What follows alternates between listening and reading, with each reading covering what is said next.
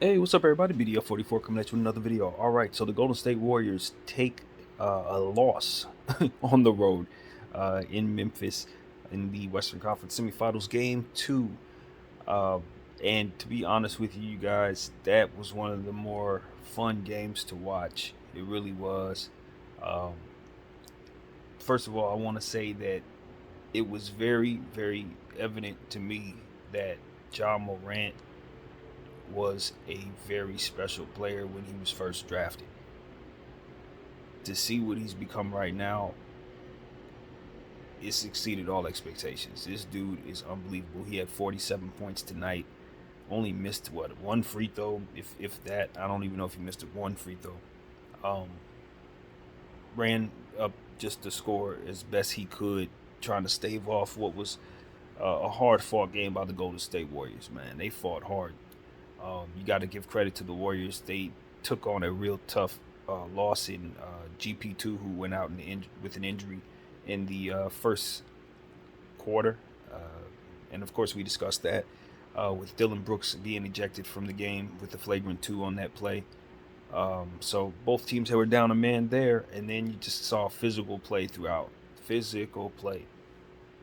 But I tell you, there was something that I mentioned in one of the videos that I made in regards to this series, and I said the Golden State Warriors, and I said I know this is gonna sound crazy, but the Warriors and the Memphis Grizzlies both need to be careful to not fall in love with the 3-point line, because just like anyone else, you could live by that or you could die by it.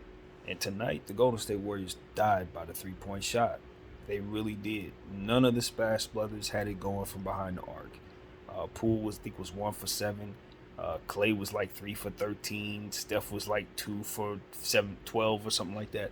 So you could clearly see right there that they had to make up for it by getting in the paint, and they did. They had 60 points in the interior, but nevertheless, you have all of those possessions lost.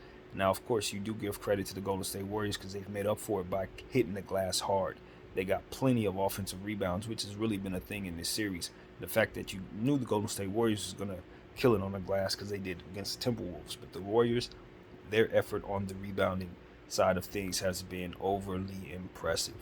I love what I'm seeing out of Otto Porter and Andrew Wiggins, particularly in that area. Of course, Draymond Green always hits the glass, but when those guys are hitting the glass the way that they are, both units, first unit and second unit, has somebody down there just continuing to crash it. And as you know, going up against the Memphis Grizzlies, Jaren Jackson, Brandon Clark, obviously John Morant, Bane, all those guys are crashing the glass. So doing that is most important.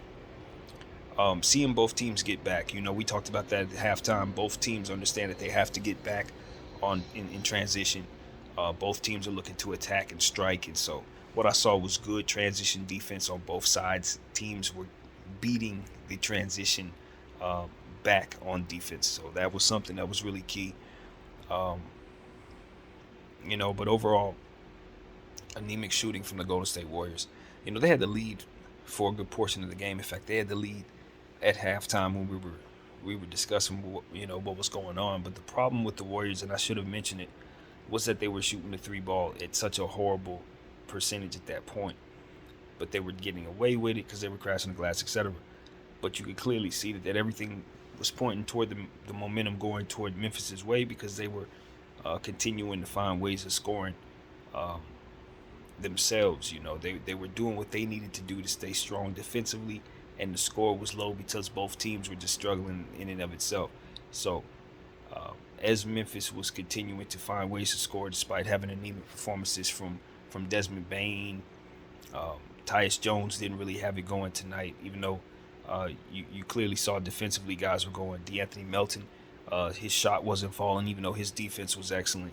It was a lot of that going on down there. So this was a defensive matchup where 3-point shot really wasn't going, but you saw closers just getting it done, particularly John Morant.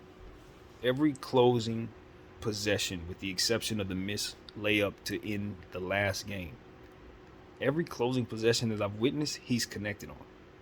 It's a really special thing. I'd love to see what the numbers are on his clutch possessions down the stretch of this particular series, because it seems like he's connecting on everything. Any momentum clutch play where it's like 2 minutes to go and he has the ball in his hands and he has to do an ISO. He's connecting on all of those plays. It's some Michael Jordan types, Kobe Bryant type stuff going on down there with Ja Morant, and I see it. He's the real deal.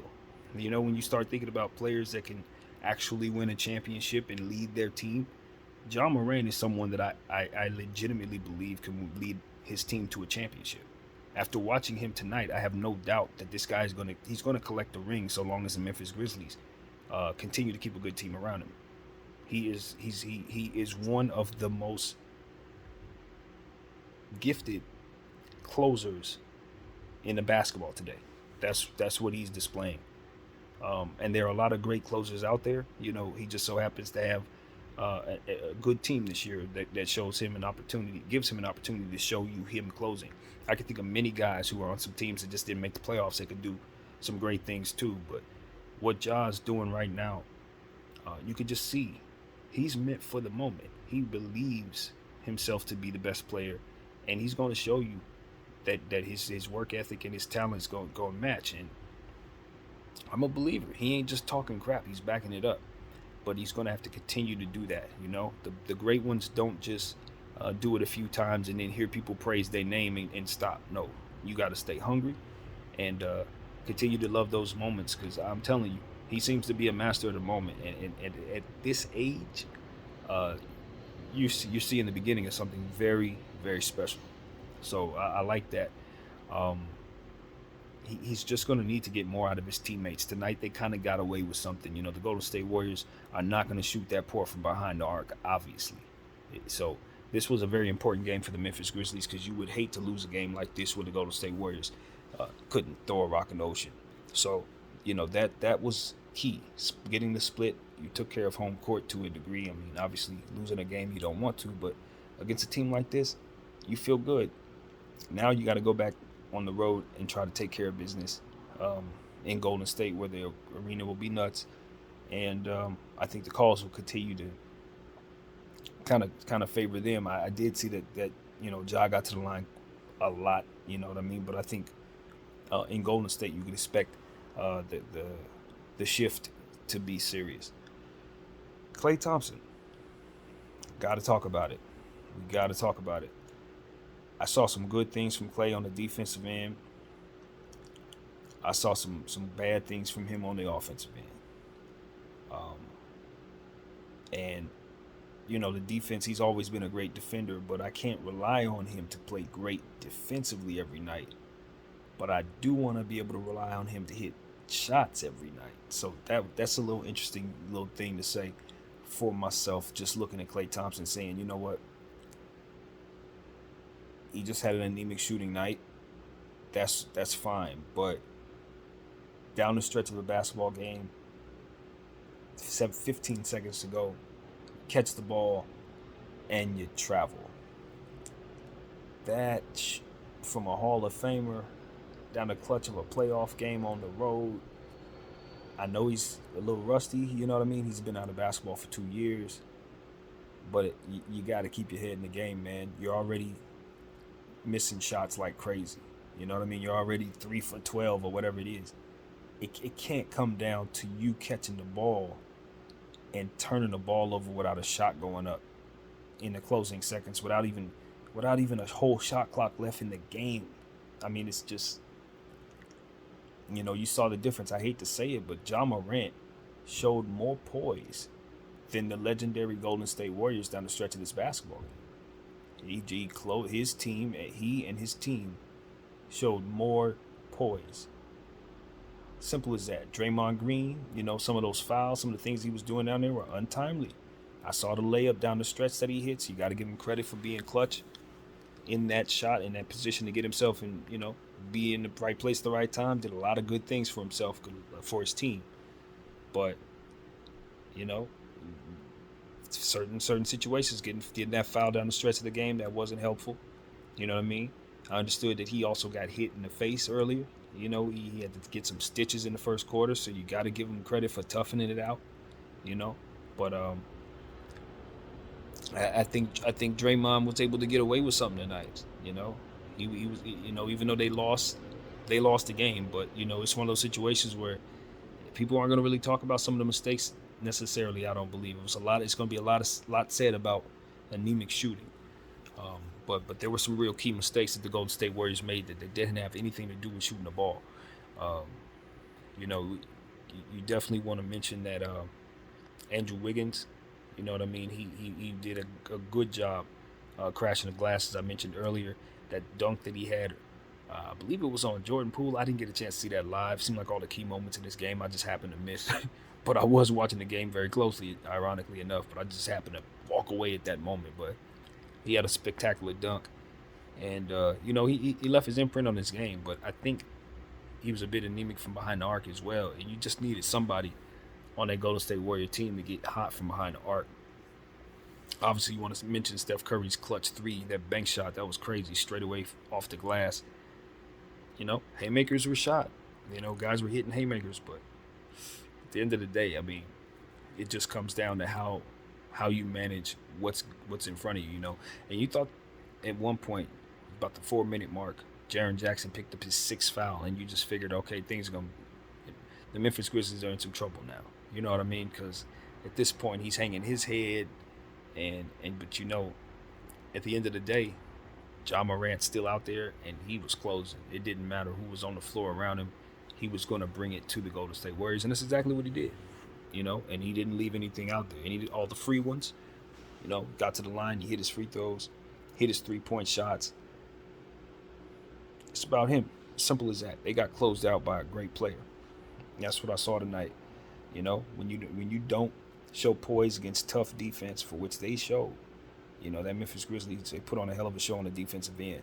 When you don't execute well, poise, get the ball stolen from you, situations, loose ball fouls and things of that nature don't go your way.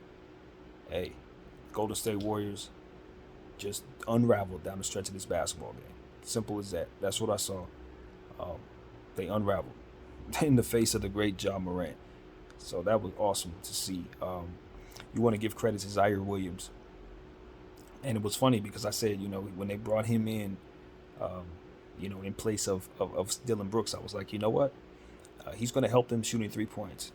Shooting 3-pointers and stretching that floor. He's going to definitely help him in that way. And at halftime, he did not have any 3-point shots. After I made my video, I'm like, oh, crap, he hasn't shot a 3 yet.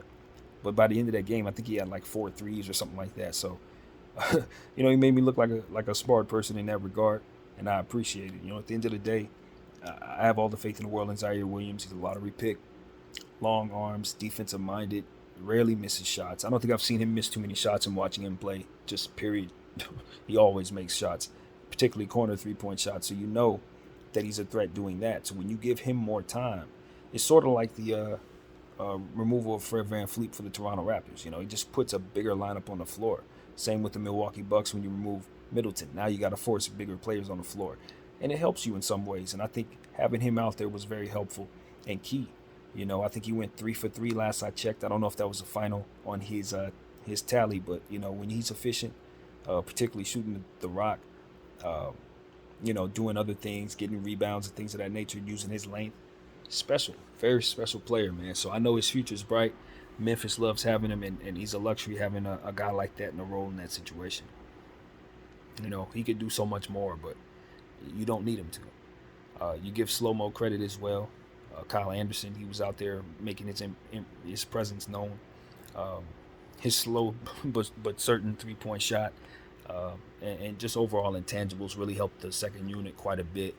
And he filled in well for Dillon Brooks, And that's the thing. Sometimes you really do. Did they miss Dillon Brooks out there? Of course, because in a lot of situations, Dillon Brooks creates foul trouble.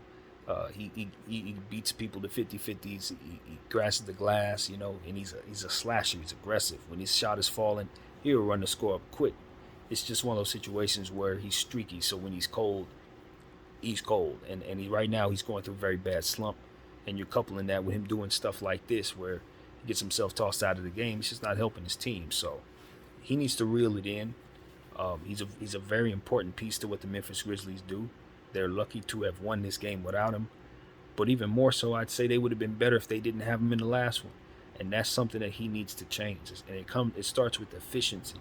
You can give all the effort in the world on the defensive end, force steals and all that. But if you're giving up possessions because you can't throw a rock in the ocean, or because you're forcing bad shots against good defenders, you're still hurting your team. So he's going to have to reel it in, play smarter, and remain aggressive in that same balance. I believe he's a good player, and he can be great if he steps his game up and learns from his mistakes. Tonight was dirty. Simple as that. I don't know if his coach put him up to that or the players did, or if it was his own thing. But you don't want to hit a guy across the head as he's going for a layup. I know it's the playoffs. Hard fouls are what we've championed from the 80s, but this ain't the 80s. And we know a lot more about the body. You can't be hitting people in the head like that, messing people's elbows up. They may suspend him a game. So they may get ready to play without him, depending on how bad this injury turns out to be for GP2. So I'd imagine he's going to be getting booed left and right in Golden State as well. He can expect some energy for that. And, that's just how it goes. So, yeah, man, it's going to be spirited, man. I want to reiterate that. When they get to San Francisco, then people are going to be jumping. I already know that they are ready for playoff basketball in Golden State, meaningful playoff basketball. With respect to the previous series, they knew they were going to win that. It was about beating a real team like Memphis. And Ja's been talking a lot, Their guy just got hurt. I'm sure they're not happy. Draymond's coming in there with stitches on his face. This has been a very physical series through 2 games. And I don't expect that to let up at all. And I think both teams need to be commended for how well they've handled their sportsmanship in the face of a lot of frustrating circumstances. Refs not calling stuffs, guys getting hit, et cetera, et cetera. It's been physical, and they haven't been testy as of yet. But I do expect that to change as these games continue to remain physical. So keep an eye open for that. Jonathan Kaminga, I like what I saw from him tonight, filling in, doing what he needed to do to remain athletic. He gives them an edge, dunking the basketball in transition and things of that nature, hitting his mid-range jumper, not being afraid to take it, whether it falls or not. I think Jonathan Kaminga is a bucket at all times, and the more they play him, the easier baskets will come for the Golden State Warriors. I truly believe that. He's just going to have to continue to get, better at crashing the glass. He's going to have to get better defensively as well, using his athleticism to kind of push some people around out there, especially without GP2. So I think he's going to be very important, and I like what I see. Same with Kevon Looney. Very, very, very durable guy. He's going to continue to push people around, and that's what they need. I saw a good game from Xavier Tillman tonight. We wanted to see him bounce back. He didn't really attempt too many shots, but he got involved defensively in the boards, and that's really what you want from a big man, especially with Jaren Jackson finding himself in foul trouble a lot of the time. You just want him to be steady and sturdy, and I think he was able to give them that tonight. And I want to circle back to DeAnthony Melton because I did not know he had that type of length. I look at him as like a 2-guard, point guard, kind of slash to the basket.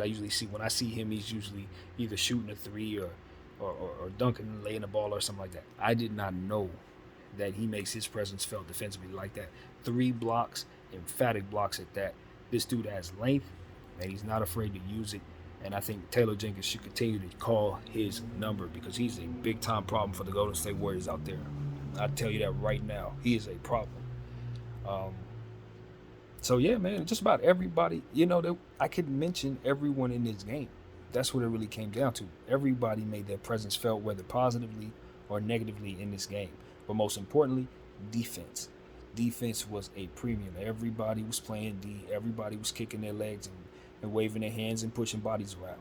Every play, somebody was on the ground. You know what I mean? So that's what you want to see from playoff basketball. But you understand that's going to wear teams down. At the end of the day, these two teams want to move forward, and they're getting beat up real bad right now. So, these type of things, you just take note. You understand that the Memphis Grizzlies and the Golden State Warriors have just taken a serious punch. So in the next series, they're only going to have but what they have to give that series. And that's, it's what happens. You get worn down over time. So Injuries are important. Depth is important. And I think these two teams should trust their benches. Overall, Golden State Warriors, they got to figure out their issues from behind the arc. You know what I mean? Desmond Bane is going to have to figure out a way around this defense because they've neutralized him, and that's a problem. I don't think the Memphis Grizzlies can win this series if Desmond Bane and Dillon Brooks are both struggling all series long. And you couple that with Jaren Jackson and his inability to stay out of foul trouble. All of these things are red flags. Red flags. Really, really, really red flags. You love what Memphis was able to do tonight. Moran is amazing. And you love what they can do for themselves and to supplement those other players not playing well, if that's to be the case, with your slow-mos and your Williams, et cetera, your Meltons. They're deep so they can handle it. But the problem is they're still going to need those guys. They're still going to need them. So those two, I don't know if they need to have a players-only meeting or something like that for Memphis. There's nothing wrong with their coaching. Everything's great there. But they do need to figure out Desmond Bane and Dillon Brooks and Jaren Jackson. Those pieces are far too important to not be locked in on the court on a string. And right now, they're just simply not. They got away with it. They're lucky to have headed on the road. They need to get their stuff together, period. And as for the Golden State Warriors, well, continue to crash the glass. That's what I'll say. I think a lot of things are pointing in your direction. Crash the glass. Understand that you're not going to shoot that poorly every night. But the adjustment is going to be serious because you're going to miss a very, very defensive and athletic piece going up against this team, of whom has nothing but that all over their roster. Not having GP2 could potentially be a death blow, depending on what choices they make with their rosters to try to supplement what it is that he does. He's a matchup nightmare for the Warriors. I mean, for the Memphis Grizzlies, in the sense that he's a guy that you could put on, Moran in situations. He's a guy you could put on Klay Thompson and make him frustrated, Jordan Poole, etc. Or vice versa, rather. You know what I'm trying to say. You could put him on Moran and Bane and those guys, and he makes life harder on them, right? So it's one of those situations where if you don't have him out there, he can't take on those defensive assignments. If you don't have him out there, he can't get those easy buckets that he gets, those highlight plays to get your crowd into it and all that. So, and of course, taking spells off of the Splash Brothers, of whom are taking on injuries themselves. So you just need GP2. You know what I mean? At the end of the day, regardless of what team he's on, if he's on your squad, you need him. That's basically the moral of the story. So, all in all, I'm definitely encouraged by what I've seen. I'm not going to change anything. My prediction is still the same. Golden State should take this series long. I think I said 7. Pretty sure I said the distance on that one. I think their experience at the end of the day should overcome this young team. But, the defense here and injuries will also tell the story. Can the Golden State Warriors keep that defense up against a stronger, physically imposing team? And can they, snap out of these shooting woes? Because, you hit a couple extra threes tonight and the Golden State Warriors are the victor. As simple as that. You got a different series on your hands. And at the end of the day, you do not want to play extra basketball in the presence of COVID protocol. Ain't that what we always say? You don't want that. So that's what they're going to have to do. Play extra basketball. You drop this game, that means the series is at least going to go 5. So we'll see what happens. Draymond Green, like I said, he's got to get as much rest as possible. He's getting banged up, and they're going to need him in this series. So, like I said, I don't know about the Golden State Warriors. When you take on the type of punishment they're taking in this series this early, that's the only thing that can really hurt them is injuries, in my opinion, because their poise should overcome what they're seeing overall. But, not if Ja's going to continue to close like this. Maybe Ja's writing an entirely different story for us to kind of learn from, man. If he's going to close like this, you never know. You don't know who a guy is until he shows you, right? For all we know, this could be the next Michael Jordan, Kobe Bryant, something like that. If he takes a championship this year, We're gonna look at him different. It's just that simple. So I'm watching. You know, I'm open minded in regards to this team, and I know what I'm looking at. One of the best closers in the game. Simple as that. It's the future right now, Moran. So that's what I got. BDF 44, man. I'm gonna leave it here. Of course, I'll be following this series going forward. If there are other pointers or something like that, maybe I'll turn the camera back on. But yeah, man, I'm satisfied, man. I am happy with what the NBA is bringing us in these playoffs. So that's what I got. BDF 44. Thank y'all for watching. Bye.